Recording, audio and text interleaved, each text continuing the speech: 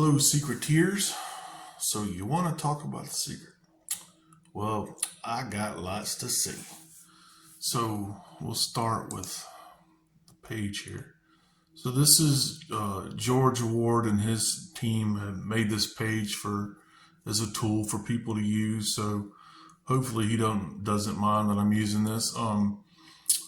It's just easier to navigate through here than it is to go get all my stuff and drag it over and stuff like that.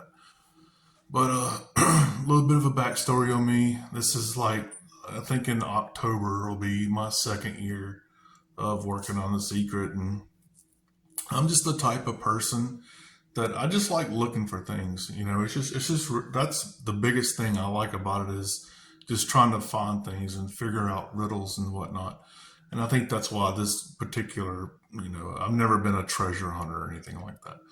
But I just found this interesting and wanted to occupy my mind for a while, and this will do it. But like everybody else, I took off running and came up with some crazy stuff that didn't make a whole lot of sense, and then went down rabbit hole after rabbit hole. And you eventually, I think you do get better at it, though. It's just you do learn things, and you learn how to research better and stuff like that. But, of all of these theories that I'm seeing and hearing over all of this time, is like as intelligent and as well thought out as they are, I always kept going back to one thing. It's like, this was a kid's book, right? It's like, how would a kid figure that out? Apparently a lot of adults can't figure it out. So how would a kid know to do that? Like, he's not going to know to turn it upside down, stick it in the mirror, or all this other stuff. But so the fighting chance has to be something a kid would know or understand. So I just started by the image I liked the most, right? And that was New Orleans. I just thought that was the coolest painting ever. And so I went to Google Earth, and just like everybody else, I'm going all over the place, right? I was Margaret Place Park and just all these other places. But then, I stumbled across this one place, and I'm like, well, that looks interesting. And I researched it, and then it just clicked. It's like, that's what he's doing. He's telling a story. We just have to figure out what the story is, right? And so I came up with my own theory on that. I presented it. I made a video on it.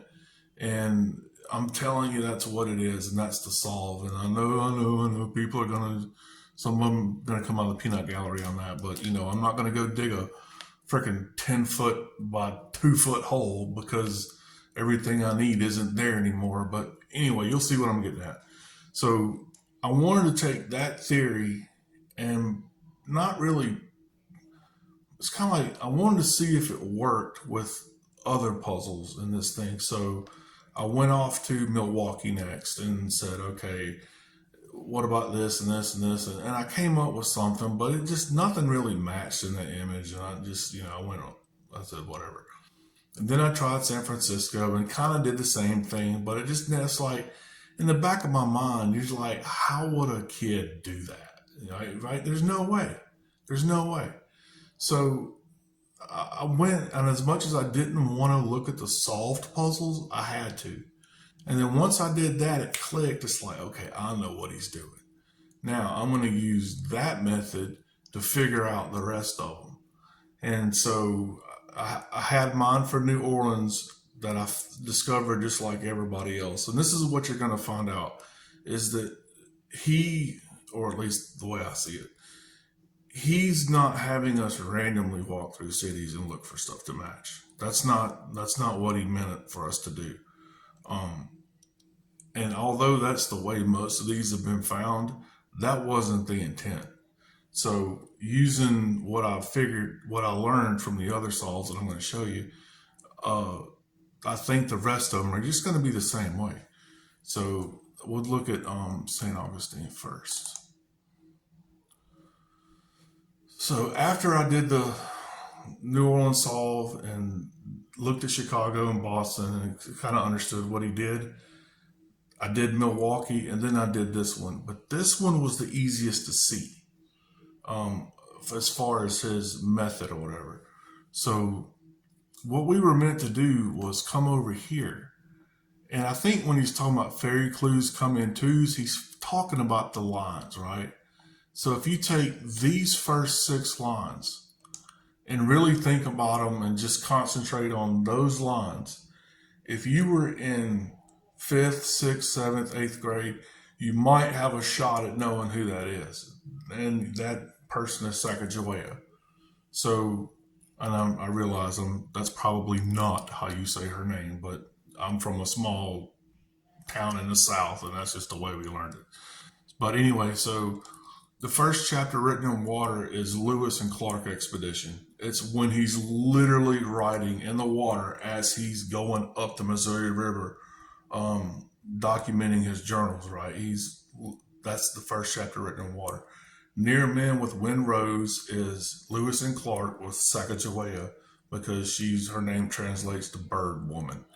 And she's leading the way, bending the branches as they go over the Rockies, right? So now that you know that, this image makes a whole lot more sense, as random as it seemed to us before. Now you got Lewis up here because he's the head of the expedition. He's kind of on top of things, looking lost like he doesn't know how to get across the Rockies. That's your expedition path. That's Lewis, and he's cradling Pomp. And that was the intent Byron had, right? He wanted us to walk in history.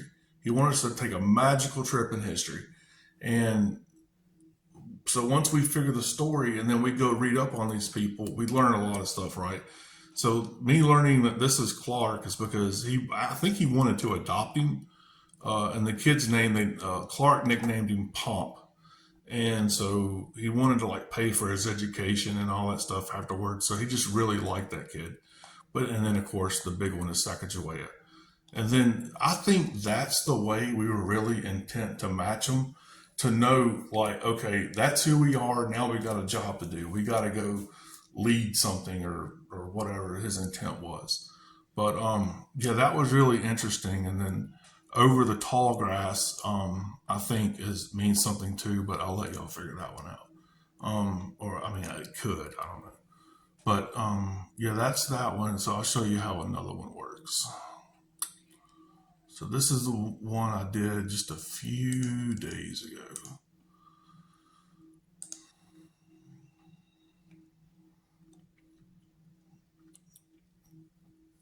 This is considered the Montreal painting, right? So, and you'll learn that the story that's going to be in that verse isn't necessarily going to all be together. He can scatter them out, right? The lines out, but there will be at least 2 in there that tell a story. So this one is that one. You'll see an arc of lights, weight and roots extended. A wingless bird ascended, born of ancient dreams of flight.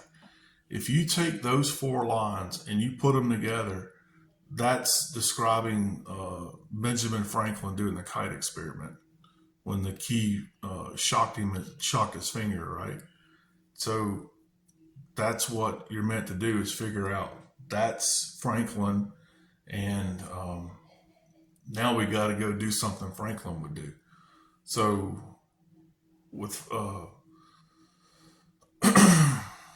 so what did Franklin do? Well, he went to Paris to deal with the French.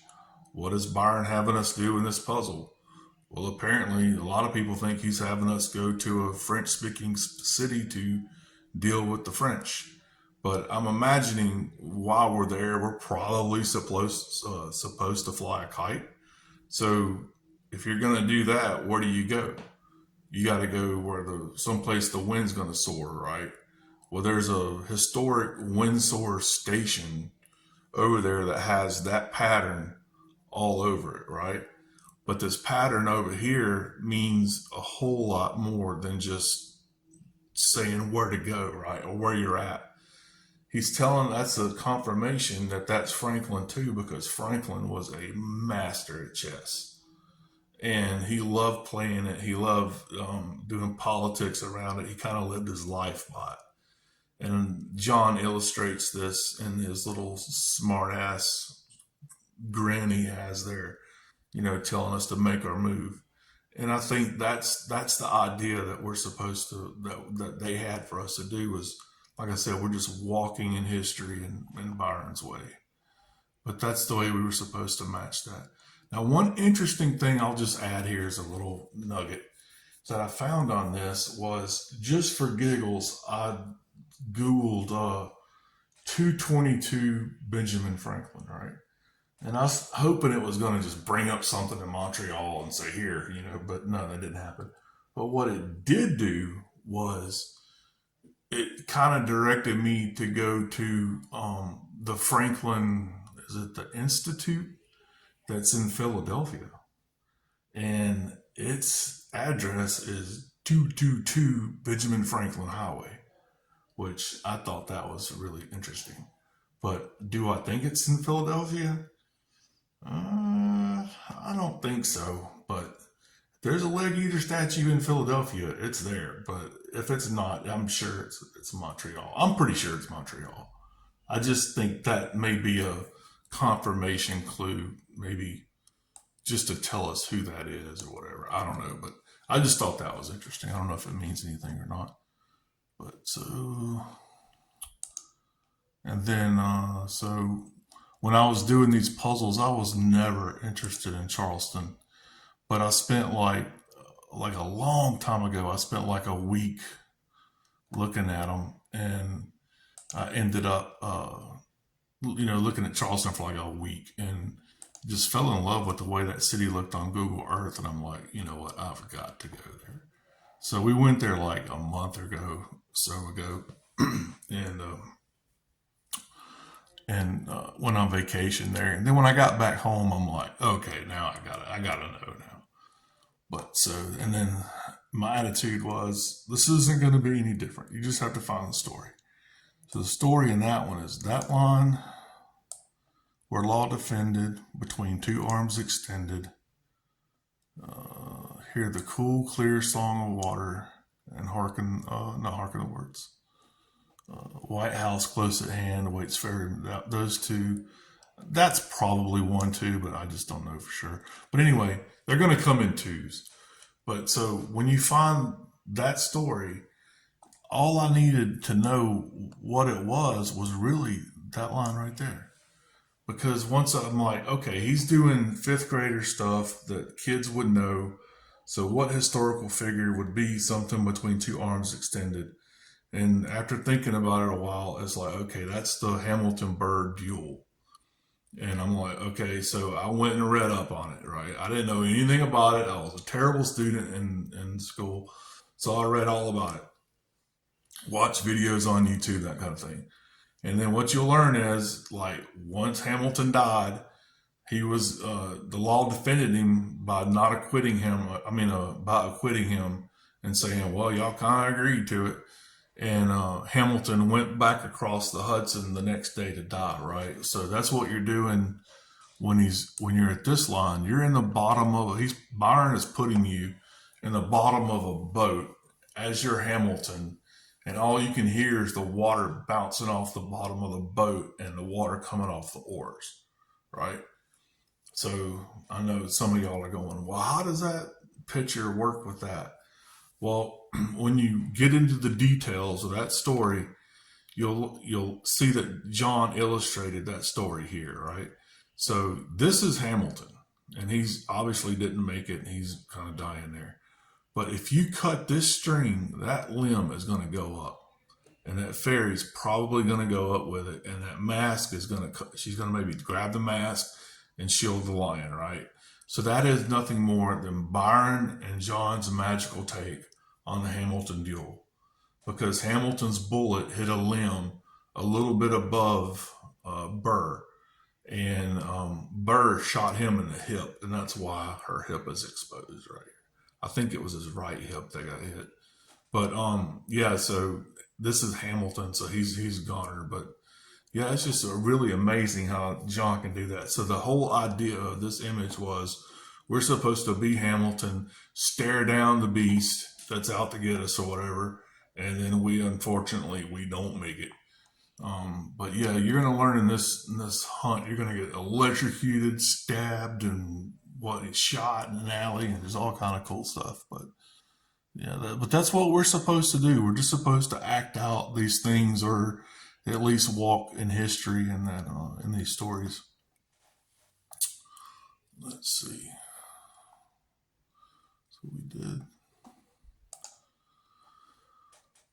So so this was the first one I did, and wait, no, I'm sorry. I'll come. That's the last one I want to do because I'll show you the solved ones. That this is what we missed, right? So this is what I figured out in Chicago. This right here and this right here. Actually, it's more than likely that right there, because that's a time. That's what that is. But this is the story of Booth shooting Lincoln, right? And then he's got to, like, this part right here is the part of him either sneaking in and out or both, the way that it's written. So if you're Booth, you're sneaking in and you're listening for the music, right? You're headed for where the music is. Imagine the place is rumbling or whatever. You're brushing alongside the wall and you got to be quiet. And that was my question in this puzzle, was like, okay, why do I got to be quiet? And the answer is he's putting us in history. And beyond his shoulder, that's you standing next to Lincoln to shoot him or whatever. So again, you're asking, well, how does that, or some people maybe, how does that work over here? Well, this is where Booth died. This is basically his death. So this is, it's a port because he's got all the loading cranes here. He's got cranes here and cranes here. And then this is royal. He's just trying to stay royal. Booth, his last words were his arms were useless, useless, useless. He ain't got no arms in that image, but that's John's artistic way of telling the story of Booth, and that's what that is. And so and this is another thing, like, I never understood, like, everybody talk about the immigration, that all of these places have ties to immigrants and stuff like that. And I always sat back and just listened to that and said, the whole country is built on immigrants. That's literally, if you're looking for a very specific something like that, that's kind of like a needle in a haystack of haystacks, right? No fifth grader is going to figure that out. No eighth grader, ninth grader is going to figure that out. But he would know this person. He would know Hamilton or whatever. And I think that's what most of these are. They're just going to be people that we kind of really are familiar with, but they're putting a really cool spin on them and their stories, making us relive it. So let's see. So the other one was Boston.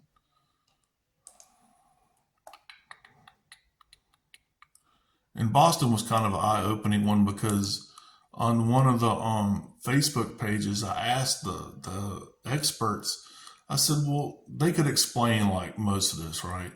But when they got down to like here, I'm like, okay, well, what does all this mean? And like nobody could really tell me. Like everybody was like, some people were like, it's references to Revere and stuff like that. But a lot of people just didn't know. And this one he did was clever. So you're back to the stairs. He's not talking about physical stairs. Or if he is talking about that and like staring at someone, because that's part of the story. And so feel at home, all the letters are here to see. So those two, these two, and these two are the story. That's part of Revere, right? So and then another thing we're doing wrong, and me included, was we're all in here looking at this stuff, right? We're all in here trying to figure out what these letters are. And sure enough, it spells out Boston and stuff like that. And we're looking for other little things. But we overlooked that she's wearing all this ornate silver, right? I mean, she's got silver on her everywhere. And the image itself has a silverish tint to it. So, and then she has man hands. And the biggest explanation I've heard on that was, well, that's baseball hands. Well, I played baseball. My hands did not swell. So that's not what that is. That's a man. So we're looking for a man and a lot of silver. Well, Revere was a silversmith.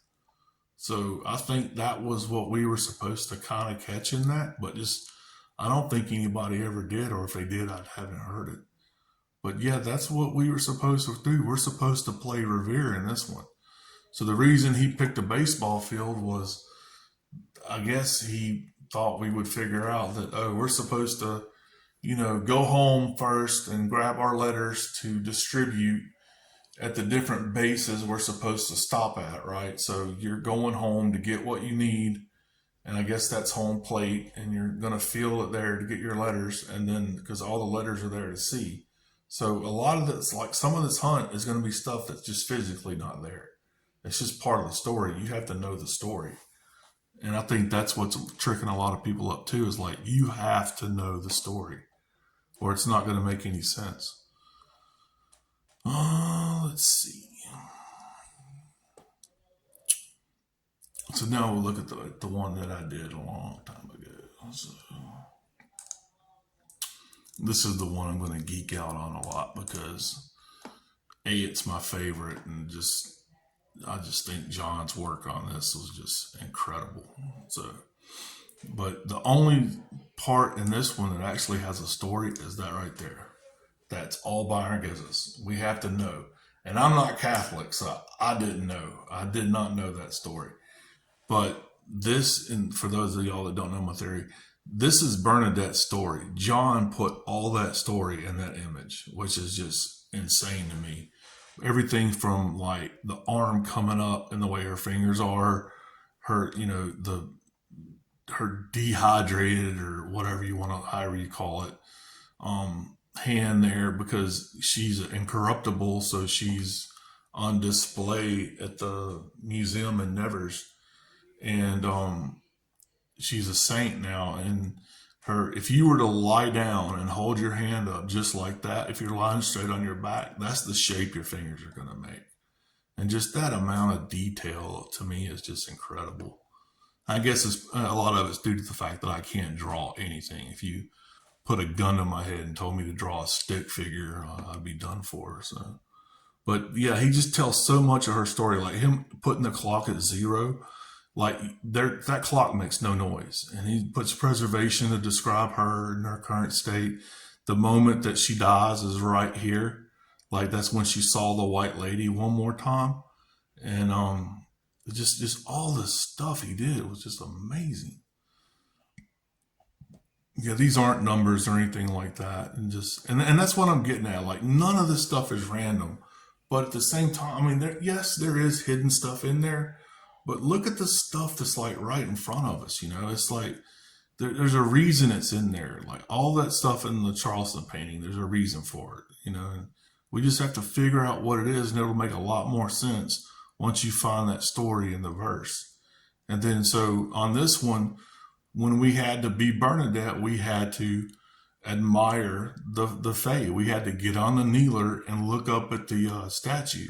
And what's kind of cool is like at the time she died, I went there like December the 2nd, right? So I think the solstice or something like that's on the 21st. And I think I was there. I take that back. I think the solstice is like on the 21st. I think I was there like on the 15th or something. I can't remember the exact date, but I was there a couple of days before the solstice. And I put a poll about where that statue was, and that sun went directly behind that pole at around the time that she died, which was like really well thought out. And so if the idea was for you to be there at that particular time, I think you could have done it any time. But if you were there at that particular time, the sun would have been right behind her, and it would have looked like a statue with the bright light coming off of it. And I just think that was what they meant to do, and how they knew the church. And I'm sure that was done intentionally by the church, but how they knew that they do that, I don't know. But I just thought that was really neat that ended up doing that. But yeah, but that's the story. And John just nailed this one. I think this was John's pet project, because I think for whatever reason, he really liked this one, because like I said, he just did a phenomenal job. And Just got a real appreciation for it. It's just awesome. I mean, who can do that? But anyway, so sorry about geeking out on that one. But yeah, it's just that's what you got to do. Just find the story, and the image will make a lot more sense, or it'll give you a direction to go. Right. So like I said, if you're Booth and you got to go shoot Lincoln, you better go find him sitting in a chair somewhere. Things like you got to think along the lines of that versus just walking through the city and hoping to find something that's there. This will give you more of a shot to, or at least send you in the right direction, I think. Because like I said, it took me like to come up with and these may not be right, I don't know, but to come up with these little rabbit holes for um Montreal and Charleston literally took like 2 weeks. Just thinking about it, sitting there thinking about it in my spare time, and that's it. Just give that a try, and like I said, go visit George's page. It's he's got everything you need. Yeah, if it was up to me, I would take salt off of all these. I just don't think they ever were. We're never gonna know, but the guys that found them are super cool, and nothing against them or anything. But I just wish, I think it broke Byron's heart that those kids didn't know why they were there. And that's kind of sad to think about. And I think that kind of discouraged him a lot because he thought they were going to know they were supposed to be Booth and do all that and have a little bit more fun with it than I mean, not that they didn't have fun already, but have even more fun with it by acting that out. I think that was the intent, was just all the magical takes on history and walking through it again. But that's it. Just try that method, and if y'all get somewhere, let me know. It's like I'm never gonna go to any of these places. I'll go to visit them, but I'm not gonna look for a cask. The fun part to me is figuring out who I'm supposed to be, and then just reading about them. I mean, that's what I enjoy. Like I said, the San Francisco, I really don't know who that is. I've guessed, and it's a good one, but I don't know for sure. Roanoke, I kind of got an idea, but New York, I have no idea. Houston, I have no idea. Let's see. And Cleveland, I don't know what the story is, but it's in there. It's in there somewhere. You just got to find it, and then you'll know who we were supposed to be when we were playing on that wall that he got us to jump on. But yeah, that's give that method a try, or just try to find the lines that would make a story that you might be familiar with and go with that. But anyway, that's all I got, and you guys have a good one. Take care, and I'll talk to y'all later. Bye.